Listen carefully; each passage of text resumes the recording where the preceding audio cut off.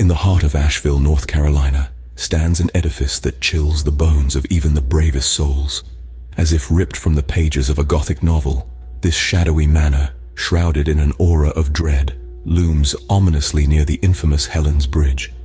Its sagging timbers and decaying facade whisper tales of terror that have been passed down through the generations. This is not just any house. This is a dwelling steeped in darkness. A place where the echoes of satanic rituals still reverberate through its cold, empty halls.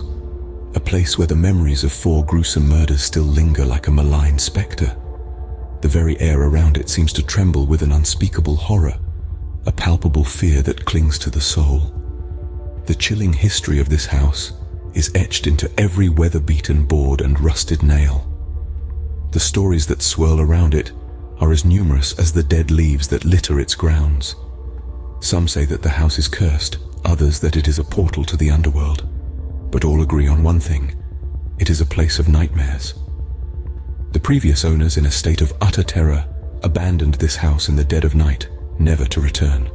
Their hurried departure, their hasty flight, only added to the grim lore that surrounds this forsaken place. They left behind a house that stands as a testament to the darker side of human nature, a monument to the unseen forces that lurk in the shadows. And now, a new chapter is about to be written. A group of intrepid souls, led by the fearless Robert Weston, are preparing to venture into this heart of darkness. They are the Ghost Inc. Explorers, a team of paranormal investigators who thrive on the thrill of the unknown. They have faced the unexplainable, the uncanny, the unthinkable. But will they be able to withstand the terror that awaits them in this house of horrors? Tonight, brave explorers from Ghost Inc., led by Robert Weston, dare to pierce the veil of fear that surrounds this house. As the sun dips below the horizon, our team arrives, the ominous silhouette of the house looming in the encroaching darkness. The air is thick with a sense of unease, as if the very atmosphere around this forsaken structure is tainted with traces of past horrors. The team, led by the unflinching Robert Weston, prepares for their night-long vigil, each member acutely aware of the stories that have seeped from the house's time-worn walls. Their footsteps crunch on the gravel pathway as they approach this dwelling of dread. The wind whistles an eerie tune through the skeletal trees, the leaves rustling like whispered warnings. The house, standing as a silent sentinel of secrets, seems to watch them with unseen eyes. Their hearts pound in their chests, a rhythm of anticipation and fear. The chill of the night air seems to seep into their bones, a chilling reminder of the spectral presence said to haunt this place. With a deep breath, our team pushes open the creaky door, stepping into the unknown. Inside, the air is thick with a sense of foreboding, every creak and groan of the house echoing in the silence. The Ghost Inc. explorers step tentatively into the gloom, flashlights piercing the heavy darkness. The house seems to breathe around them, alive with the resonance of a past steeped in horror. As they traverse through the rooms, the chilling whispers of the house's history begin to seep through the walls.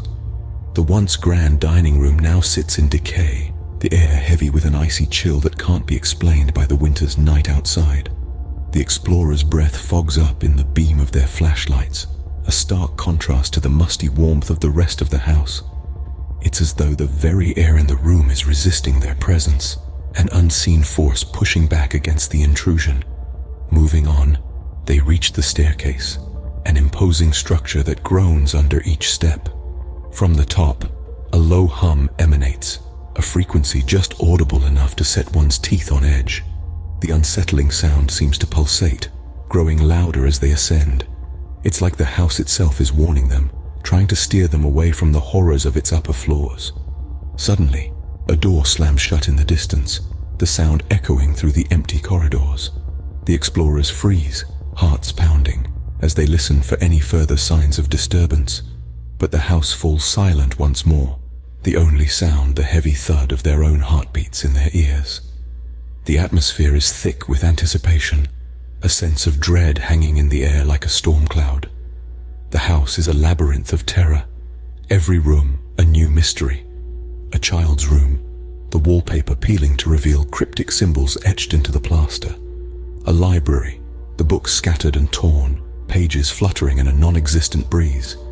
Each space holds a story, a piece of the house's malevolent past waiting to be unearthed. As the team delves deeper into the house, the tension grows, each room revealing a new layer of terror. The journey has only just begun, but already the house has made its dreadful presence known. The investigation continues, the explorers pushing forward into the heart of the haunting. In the heart of the house, the temperature plummets, a chill seeping into every corner. The very air becomes a tangible presence, a chilling whisper of unseen dread. As our intrepid Ghost Inc. explorers press on, their equipment, once reliable, begins to falter. Radios crackle with static, their once clear signals now a garbled symphony of incoherent whispers. Lights flicker, casting eerie, dancing shadows across the peeling wallpaper and warped wooden floors. The high-tech infrared cameras designed to pierce the veil of darkness are suddenly blinded by inexplicable bursts of spectral light. The team exchanges glances, their faces etched with a growing unease. The bravado they entered with now seems distant, replaced by a primal instinct that something is profoundly wrong. In the oppressive silence that follows, a sound emerges. A disembodied voice, a spectral echo from a time long past. It's a woman's voice, chillingly calm and eerily serene. The voice whispers a name, Helen, over and over, each repetition more desperate, more mournful than the last. As the ghostly voice fades, shadowy figures begin to materialize. They flit in and out of the edges of vision, elusive and insubstantial. They are fleeting impressions of a bygone era, spectral inhabitants forever trapped within these haunted walls. The figures grow bolder, their forms more defined. One by one they take shape, their spectral faces twisted in expressions of pain and terror. They reach out, their ghostly hands clawing at the air, their silent pleas for help echoing through the chilling emptiness. Just as the team musters the courage to press on, the unthinkable happens. From the depths of the house, a scream pierces the air. It's a sound that transcends the barriers of time and reality, a blood-curdling cry of sheer terror that shakes the very foundations of the house. Suddenly, a blood-curdling scream echoes through the house, freezing the team in their tracks. The chilling echo of the scream hangs in the air, a haunting testament to the unearthly horrors that lurk within these haunted walls. In the deafening silence that follows, the team realizes they are not alone. The chilling void of quiet that pervades the room is suddenly filled with an oppressive sense of dread.